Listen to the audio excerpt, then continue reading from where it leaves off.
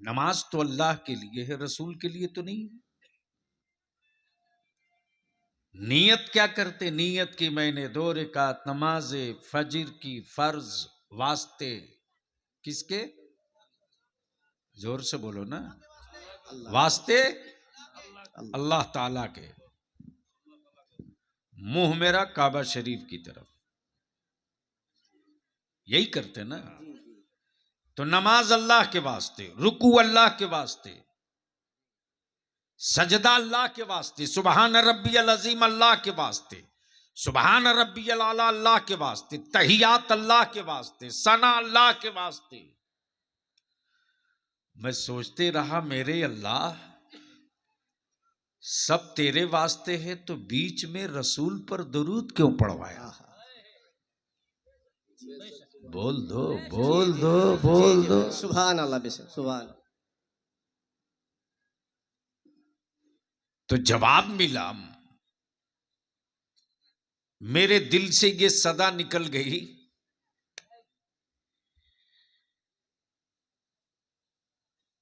मेरे दिल से ये सदा निकल गई कि अल्लाह को जाना है या अल्लाह को पहचाना है, क्या बात है, सुभान अल्लाह। तो उसी रसूल के वास्ते है। सुभान अल्लाह, बेशक सुभान अल्लाह। गोया रब ने अपने महबूब को इतना करीब रखा, इतना करीब रखा, महबूब नमाज मेरी होगी, अदा तेरी होगी, बेशक हबीब सजदा मेरा होगा, तरीका तेरा होगा। बेशक बेशक जी। मुस्तफा सुबहान रब्बियल आला मेरे बंदे मुझे कहेंगे, बताया हुआ कानून तुम्हारा होगा। सुभान अल्लाह। हबीब तहियात मेरे लिए होगी, तो महबूब दरूद तेरे लिए होगी। सुभान अल्लाह। अब बलियावी कहता कोई एक जगह बता दो जहां सिर्फ अल्लाह का नाम हो, रसूलुल्लाह का नाम ना हो। कुरान की कोई एक आयत बताओ जहां रुबूबियत की बात हो, रिसालत का तस्करा ना हो, जहां अहदियत का हुक्म की बात हो, महबूब की रिफात की बात ना हो। कुरान ने जैसे ही अल्लाह की बड़ाई बयान की, अल्हम्दुलिल्लाहि रब्बिल आलमीन, सारे आलम का पालनहार परवरदिगार है, सुभान। उसी कुरान ने फिर आगे कह दिया कि ये मेरे रब की वहदानियत की बात है। वमा अरसलनाका इल्ला रहमतल लिल आलमीन, ये महबूब की रहमत और अजमत की बात।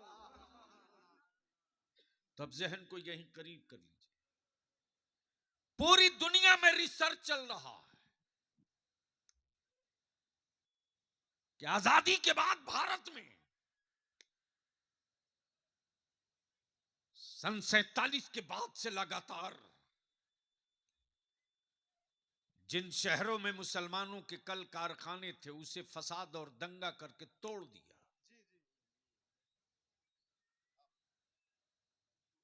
टू नेशन थ्योरी की बुनियाद पर भारत का डिवीजन कर दिया। जहन को करीब करो, अगर बलियावी को बुलाए हो तो सुनने के लिए। ए मां बहन, ए क्या बक रही हो? सुनना है सुनो, वरना घर जाओ। औरतें आवे जलसे में, ये लोग तो हजरत मनाती है। ये तो गलती से अगर कोई, पूरी दुनिया में रिसर्च है, कुफ्र परेशान है, इस्लाम के दुश्मनों को महलों में भी नींद नहीं आती।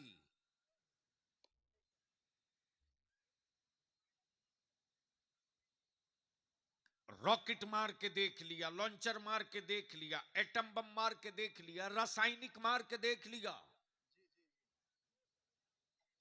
आखिर फलस्तीन के मुस्तफा के गुलामों की हिम्मतें टूटती क्यों नहीं है? अगर मजमे में जमीर और जिंदा लोग बैठे हो तो बलियाबी वहीं आ रहा है। ये मत सोच करके आज बलियाबी को सुनो कि बंगाल के कुमैतपुर में बलियाबी तकरीर कर रहा है।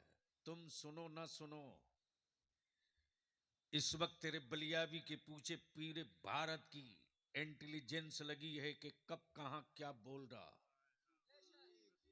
लेकिन हलक में आखिरी सांस बाकी रहेगी तो बैतुल मुकद्दस की आजादी, फलस्तीन की आजादी और फलस्तीन में बैतुल मुकद्दस की आजादी की जंग लड़ने वाले उन मुजाहिदों के साथ बलियाबी की सांसें भी रहेगी, हिमायत भी रहेगी।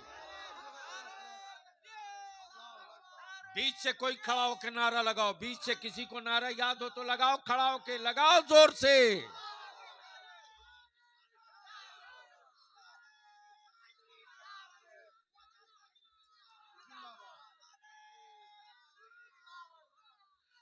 दुनिया ने यह सोच रखा था कि एक छोटे से टुकड़े में जिनको समेट दिया है अब वो बाहर नहीं निकलेंगे, लेकिन बलियाबी कहता पूरी दुनिया के कुफ्र के उन चट्टानी ताकतों को कि तुम अपने एटम बम पर नाश करते रहो, तुम अपने रासायनिक हथियार पर घमंड करते रहो। अरे तूने अभी देखा कहा है जब पूरी दुनिया का कुफ्र उतरा था तो 313 ने ठिकाने लगा दिया उसी बद्र के मैदान में, और जब 22,000 का यजीद उतरा था तो 72 ने ठिकाने लगा दिया करबला में। मोहब्बत से बोल दो, सुनना है तो बोल दो बस 10-5 मिनट प्लीज छोड़ दीजिए, समाप्त कीजिए। मुसलमानों ने यह साबित कर दिया है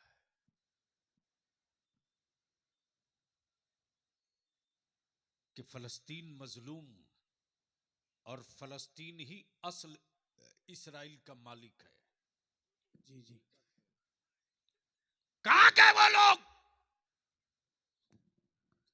जो यहूदियों की बोली बोलते?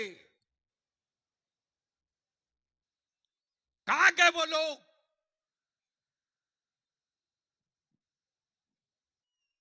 जो सहूनियों की बोली बोलते? 1947 में जब जर्मनी में हिटलर ने इन यहूदियों को मार मार कर भगाया था, जी सुभान अल्लाह, तो उस वक्त अमेरिका ने पनाह नहीं दिया, जी इसराइल ने पनाह नहीं दिया। जी इसराइल वजूद ही में नहीं था, फलस्तीन था। जी, बेशक बेशक बोलो बोलो बोलो। बेशक सुभान अल्लाह। अरे यार कहां कौन लिया है? कोई तो अक्लमंद आदमी पैदा हो स्टेज पर बैठता।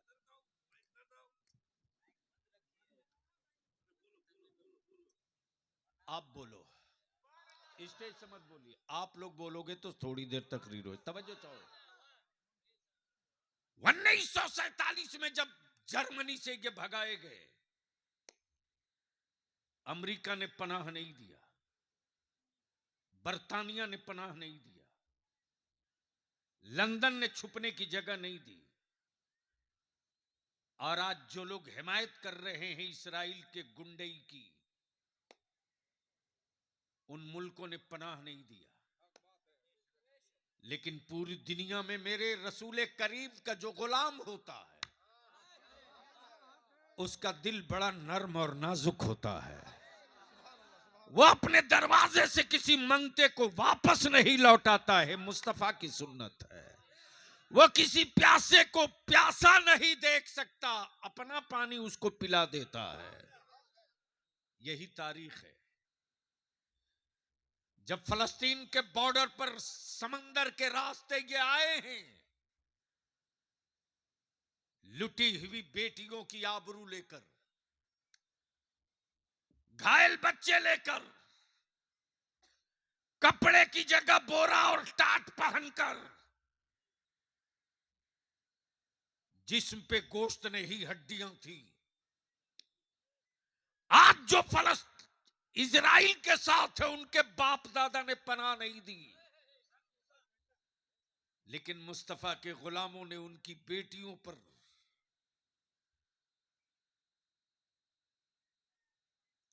उनकी बेटियों पर, उनकी बूढ़ी मां बाप पर, उनके कम उम्र बच्चों पर, उनके बुरे हाल पर तरस खाया और कहा कोई तुझको पनाह नहीं देता, आ मैं दे रहा हूं। लेकिन अमेरिका की जो गुंडई और दादागिरी है, तारीख दोहराएगी अपने आप को। शायद वो वक्त आ गया है तारीख को फिर से करवट बदलने का। तारीख यही है, धीरे धीरे कब्जा करते करते करते करते पूरे फलस्तीन पर कब्जा कर लिया। आप तो करबला को जानते हो, अरे बोलो ना, करबला तो जानते हो, लेकिन बैतुल मुकद्दस कम जानते हो, फलस्तीन कम जानते हो। इसलिए कि हमारे लोगों ने करबला तो बताया, नहरे फरात तो बताया, हुसैन का सब्र तो बताया, यजीद का जुल्म तो बताया, लेकिन मस्जिद अक्सा की अजमत नहीं बताया। सुन मेरी कौम का नौजवान, मालूमात और अपने नॉलेज में इजाफा कर ले, ताकि कहीं बात छिड़े तो गट्टा पकड़ करके तुम जवाब दे सकना। 1947 में जब इनको पनाह दे दिया फलस्तीन के मुसलमानों ने, तो यही नाटो, यही यूरोपियन कंट्री के गोरे जिन्होंने भारत को लूटा था, जिन्होंने भारत पर कब्जा किया था, लेकिन इसी एक बंगाल से निकला था कोई मुसलमान के घर का बच्चा, नजरुल इस्लाम। लेकिन आज मुसलमानों से पूछ दो इनके बच्चों से कि नजरुल इस्लाम कौन था। ये कसूर हुकूमत का नहीं, मुसलमान तेरा है, तेरा। कल आने वाली 25 साल के बाद तेरी पीढ़ियों के दिमाग से, तेरे बच्चों के दिमाग से निकाल दिया जाएगा कि कोई नजरुल इस्लाम था जिसने भारत की आजादी के लिए इसी बंगाल से झंडा उठाया था। इसलिए कि लोग अपनी जात और अपने धर्म के लोगों की बात करेंगे, तेरी बात क्यों करेंगे। उस वक्त तेरे बच्चों को लगेगा कि इस मुल्क में तेरे बच्चों की, बाप दादा की कोई कुर्बानी नहीं, बस घास की तरह जंगल में निकल गए हैं। हम अपने असातिज़ा से भी अपील करेंगे, मदरसों में कुरान भी पढ़ाइए, हदीस भी पढ़ाइए, तफसीर भी पढ़ाइए, लेकिन जंगे आजादी की वो तारीख भी पढ़ा दीजिए जिसमें मुसलमानों ने शहादत दी है, ताकि किसी चौराहे पर मेरे बच्चों को कोई माई का लाल डेमोरलाइज न कर सके, डट के जवाब दे सके।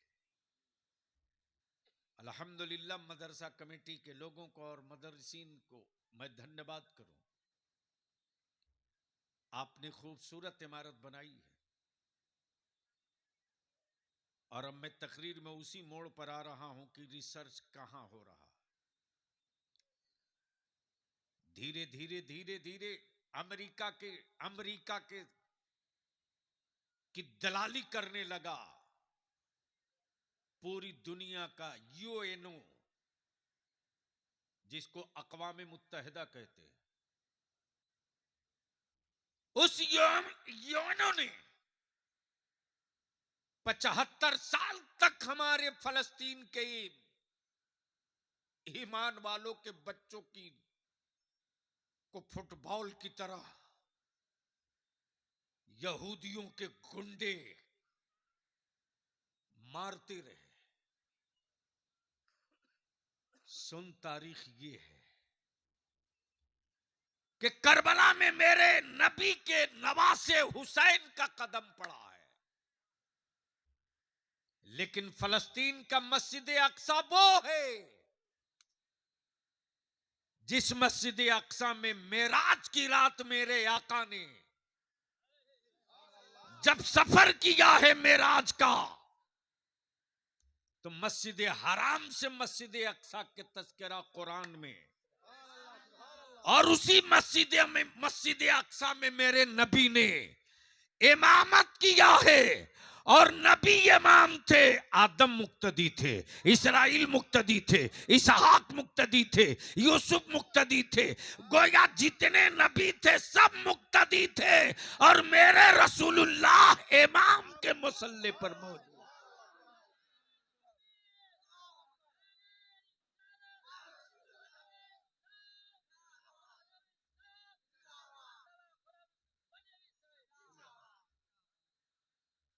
ये वो जगह है, ये वो जगह है। अब पलट जाइए, पूरी दुनिया का कुफ्र रिसर्च कर रहा, भारत में हुकूमत के पैसों से किसी मदरसे की बिल्डिंग नहीं बनी। तुम्हारे इलाके में कोई बनी हो तो बताओ। अरे जोर से बोलो ना, जोर से बोलो। बनी है? कोई मस्जिद बनी है? किसी मस्जिद का मीनारा बना है? रिसर्च इस बात पे किया जा रहा कि जब जब मुसलमानों ने इकोनॉमिकली किसी शहर में अपना ग्रोथ बनाया तो दंगा करके तोड़ दिया। जिस शहर में हमारे बच्चों ने एजुकेशनली डेवलप किया तो उन बच्चों को आतंकवाद का ठप्पा लगाकर जेल में डाल दिया। रास्ता चलते हमारे बच्चों को टोपी और दाढ़ी देकर दहशतगर्द करके उठा लिया गया। ट्रेनों में टोपी और दाढ़ी देख करके वर्दी पहने हुए गुंडों ने गोलियां मार दी, लेकिन तुम चुप रहे इसलिए कि तुम्हारी सिर्फ सांस जिंदा है, तुम्हारा जमीर नहीं जिंदा है। तवज्जो चाहता हूं, प्लीज जहन को थोड़ी देर के लिए हाजिर कर लीजिए।